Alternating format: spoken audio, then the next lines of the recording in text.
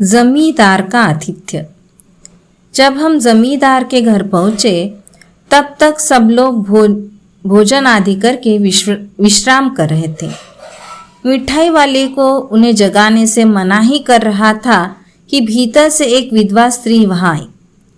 संगी ने ही बातचीत की। वे मुझे बैठक खाने में बैठाकर भीतर जमींदार को सूचना देने चली गई।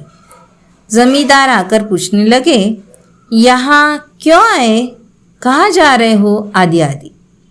मैंने भी वैसे ही उत्तर दिया, घर छोड़कर आ रहा हूँ, अभी वर्धमान जा रहा हूँ, बाद में रामकृष्ण मठ जाऊंगा। पहले तो उन्होंने गृह त्याग के विरुद्ध टीका टिप्पणी के साथ भाषण दिया और खूब नाराज हुए। मुझे डर लगा कि कहीं ये सज्जन मुझे पकड़कर घर न भिजवा दे। फिर पूछा, द्विजेन को जानते हो? मिशन इस प्रकार माँ बाप को वंचित करके कितने ही लड़कों को भगा कर ले जा रहा है।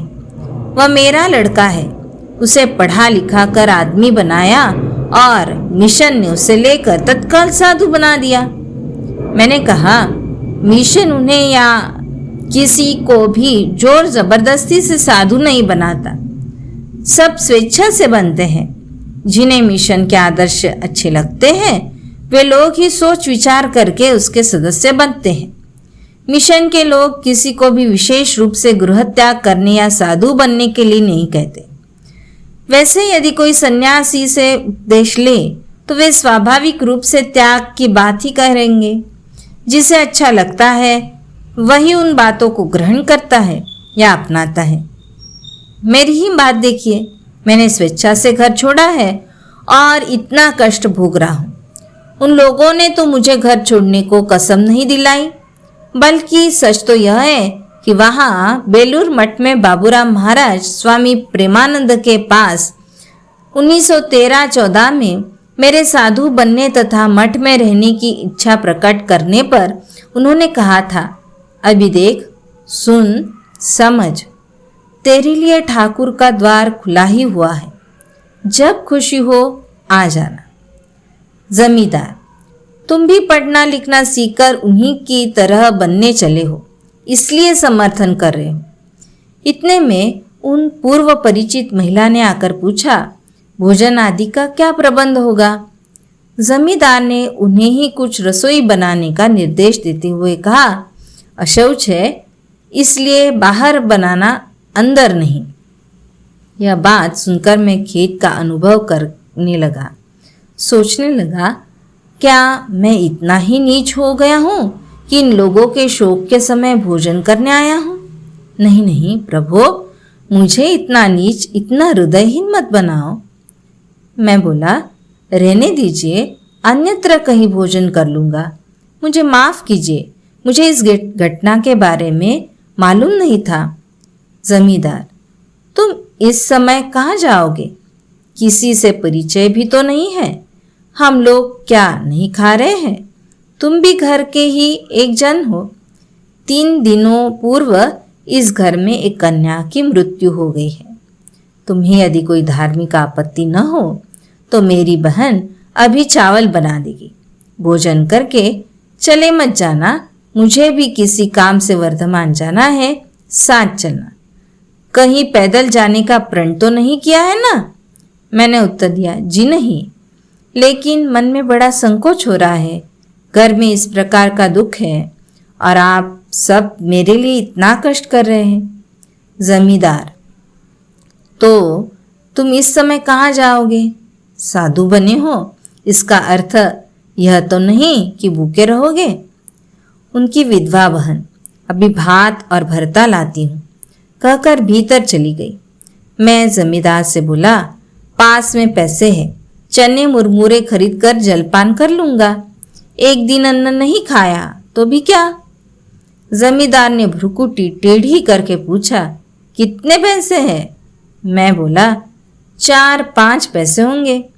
सुनकर वे जोरों से हंसने लगे और बोले, बेटा तुम भी ठीक मेरे द्विजू की तरह ही हो। मैं वृद्ध हूँ, मेरी बात सुनो। तुम्हें इस घर में संकोच करने की कोई ज़रूरत नहीं है। वे मुझे भीतर ले गए।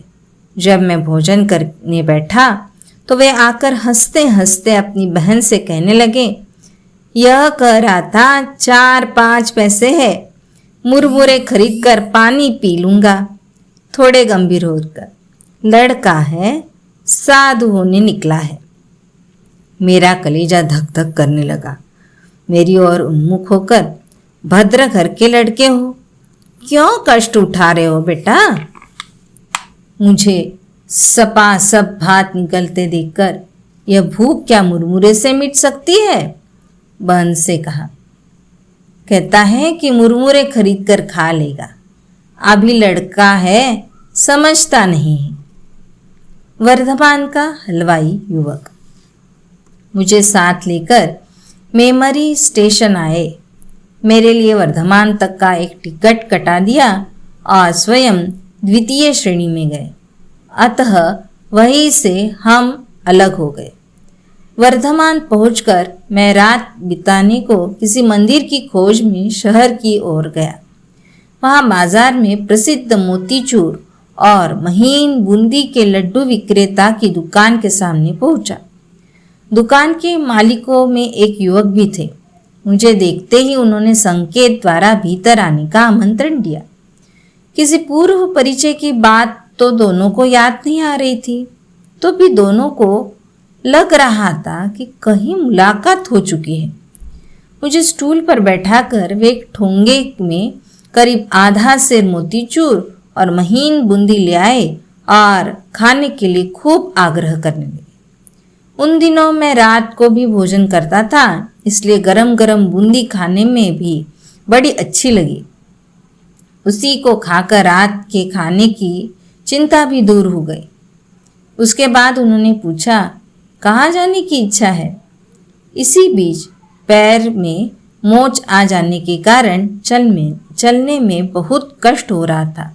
अतः सोचा था कि वर्धमान में ही कहीं 2-1 दिन ठहरने के बाद मठ के लिए रवाना होऊंगा। उन्हें बताया, 2-1 दिन विश्राम करके जब पैर का दर्द कम हो जाएगा तब बेलूड़ मठ जाऊंगा। युवक, पैदल क्यों जाएंगे?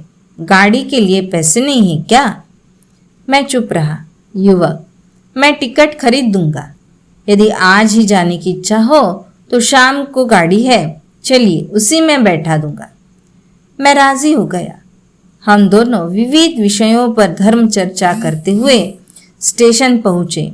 उन्होंने टिकट कटाकर मुझे ट्रेन में बैठाने के बाद विदा ली। बेलूड़ मठ की ओर 1916। फिर वही कलकत्ते की आखिरी गाड़ी। 1914 ईस्वी सन में जिस समय लौटा था, आज भी उसी समय लौट रहा हूँ। इस बार भी क्या जगदम्बा की यही इच्छा है कि मैं फिर घर लौट जाऊं? नहीं नहीं, ऐसा नहीं होगा माँ। अब मैं लौट कर घर नहीं जाऊंगा। यदि मठ में महाराज लोग स्थान न दे तो? पूजनीय बाबूराम महाराज स्वामी प्रेमानंद जी की अनुमति लिए बिना गृह त्याग करने के कारण यदि वे लौट जाने को कहे तो उनका आदेश तो मैं अस्वीकार नहीं कर सकूंगा। फिर सोचा कि यदि उनकी आश्रय देने की इच्छा नहीं होगी तो श्री महाराज स्वामी ब्रह्मानंद जी से प्रार्थना करूंगा। यदि वे भी मना कर दे तो अंत में दयामयी माँ श्री शारदा देवी के समक्ष आश्रय देने के लिए विनंती करूंगा, और यदि वे भी मना कर दे तो आत्महत्या कर लूंगा। इस शरीर को गंगा जी में विसर्जित कर दूंगा, लेकिन अब लौट कर घर तो नहीं जाऊंगा। इस प्रकार मन में दृढ़ निश्चय करके मैं निश्चिंत हो गया। इसके बाद फिर पहले की सारी स्मृतियां जागृत होने लगी। उस रात की सारी घटना मन में उदित होने लगी जब मैं अपने मित्र के साथ लौट रहा था। फिर उसी बेलूड़ स्टेशन पर उतरना है, परंतु इस बार मैं बेटिकट नहीं हूँ, अतः पकड़े जाने का डर नहीं है, अपमानित या लज्जित होने की आशंका नहीं है। लेकिन विधि का विधान कौन टाल सकता है? यह गाड़ी अब पहले की तरह बेलूड़ में नहीं, सीधे लिलुआ जाकर ठहरती थी। बेलूड़ स्टेशन पार होते ही डर लगा कि कहीं अतिरिक्त किराया मांगे तो। पास में तो 4-5 पैसे थे, वे भी कहीं गिर गए थे। और जो परिचित सज्जन पहले लिलुआ में काम करते थे, उनका भी तबादला हो चुका था। अब जगदम्बा की तो जो इच्छा वही होगा। जिस अपमान की आशंका कर रहा था, उसी का समय आ पहुंचा था। मेरी उस समय करीब करीब वैसी अवस्था हो रही थी जैसे कि पिछली बार मेरे मित्र रमापति की हुई थी। न जाने क्या होगा। लिलुआ स्टेशन पर उतरकर गेट की ओर चला। देखा एक अंग्रेज टिकट इंस्पेक्टर टिकट ले रहे हैं और उनके पास ही एक बंगाली टिकट कलेक्टर भी है। मेरा टिकट देखते ही बोले, बाकी किराया दे दो। और मेरा टिकट बंगाली टिकट कलेक्टर के हाथ में देते हुए कहा, जाओ इनसे अतिरिक्त किराया ले लो। वे सज्जन मुझे कार्यालय में ले गए। वहाँ और भी कई लोग काम कर रहे थे। मैं बोला, मेरे पास एक भी पैसा नहीं है। यदि आप लोगों में से किसी को मेरी बात पर विश्वास हो तो पैसे दे दीजिए, कल लौटा जाऊंगा। यह सुनकर कई लोग बोल उठे, आप जाइए महाशय, हम लोग अब सब ठीक कर लेंगे। एक ने कहा, यदि उन अंग्रेज साहब ने पूछा तो दे देंगे। बस जगदम्बा की दया से छुटकारा मिला। लेकिन इतनी रात को तो मठ के द्वार बंद हो जाते हैं। यदि मुख्य द्वार के पास दवाखाने में कोई नहीं हुआ तो अंदर जाना मुश्किल होगा। फिर इतनी रात गए, यदि सड़क पर रहा और पुलिस तंग करे तो। यही सब सोचता हुआ और ठाकुर तथा श्री मां से प्रार्थना करता हुआ मैं मठ की ओर चल पड़ा। बिना किसी बाधा के मठ के फाटक के पास पहुंचकर देखा, उसमें ताला नहीं लगा था। जय श्री गुरु महाराज जी की कहकर अंदर प्रवेश किया और स्वामी जी के समाधि के पास बिल्व वृक्ष के नीचे सोने गया, क्योंकि रात के समय किसी को भी कष्ट देने की इच्छा नहीं थी।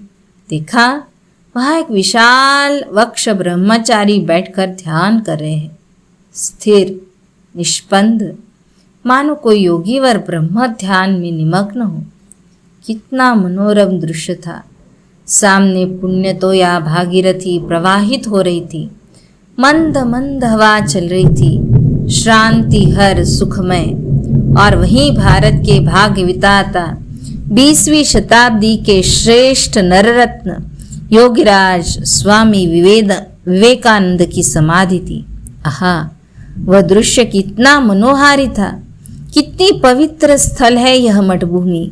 सौंदर्य के साथ साथ पवित्रता जुड़ जाने पर जिस अपूर्व परिवेश की सृष्टि होती है, यहाँ के साधु संन्यासी नित्य ही उसका उपभोग करते हैं, क्योंकि कोरा सौंदर्य हीन तथा कर्कश होता है। धन्य हैं ये लोग जिन्होंने श्री राम कृष्ण के आश्रय में आकर यह स्थान पाया है।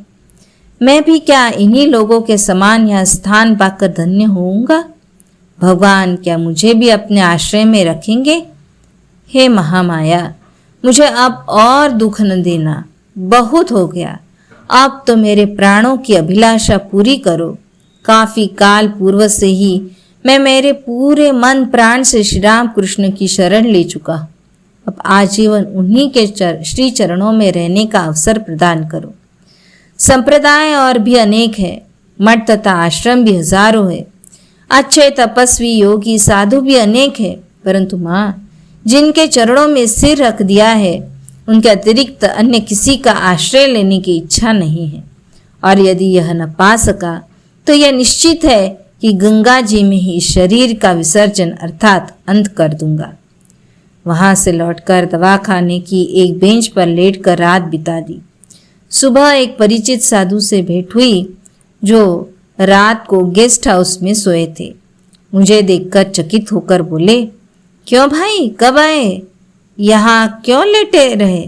मुझे बुला लेते। मैंने कहा, एक तो मुझे मालूम न था कि आप वहाँ हैं, और दूसरे रात में किसी को कष्ट नहीं देना चाहता था। फिर दातुन करते हुए बोला, अब आप लोगों के पास ही रहूँगा, यही संकल्प करके आया हूँ। सुनकर वे बड़े खुश हुए और बोले, यह तो बड़े आनंद की बात है। स्नान आदि करने के बाद मंदिर में श्री ठाकुर का दर्शन करके जब मैंने पूछा कि पूज्य बाबूराम महाराज कहाँ हैं, तो पता चला कि वे मठ में नहीं हैं, कहीं बाहर गए हैं, संभवतः पूर्वी बंगाल। यह सोचकर चिंता हुई कि उन्हीं की आशा से आया था और वे ही नहीं हैं। खैर, अब जो होना है हो। मठ का अंतेवासी होकर रहने के लिए अनुमति देने की आवश्यकता होती है। उन दिनों मठ की व्यवस्था पूज्य खोका महाराज स्वामी सुबोधानंद जी देख रहे थे। मैंने उन्हें अपना उद्देश्य बताया। उन्होंने कलकत्ते जाकर पूजनीय महाराज स्वामी ब्रह्मानंद जी की अनुमति ले आने को कहा। महाराज उस समय बाग बाजार में बलराम बाबू के घर में विराजते थे। भोजन आदि करके एक जन से कुछ पैसे लेकर नाव में वराहनगर पहुंचा। वहां से पैदल पूजनीय महाराज के पास गया। उन्हें प्रणाम करते ही वे बोले, अरे तूने कब से मुंडन कराकर यह वेश धारण किया है? मैंने संक्षेप में अपने मन की इच्छा बताई। वे थोड़े गंभीर हुए और कहा, बाबूराम महाराज को आने दे, उसके बाद विचार किया जाएगा। मैं बोला, महाराज तब तक तो मठ में रहने की अनुमति दीजिए। उन्होंने कहा, इसके लिए तो तू खोका महाराज से ही कह सकता था, तुझे तो सभी पहचानते हैं। मैं बोला, सभी पहचानते जरूर है, पर उन्होंने ही मुझे आपके पास अनुमति लेने भेजा है। महाराज, ठीक है, जा वही रह, परंतु बीच बीच में बगीचे का समाचार लेकर आते रहना। कुछ नए पौधे लगाए हैं, उनके बारे में पता लगाकर पौधों को देखना और बीच बीच में आकर मुझे खबर दे जाना। फिर बोले, चाय पीता हो तो तैयार हो रही है, पी कर जाना। चाय पीने के बाद आनंद से भरपूर होकर बेलूड़ मठ की ओर चल पड़ा।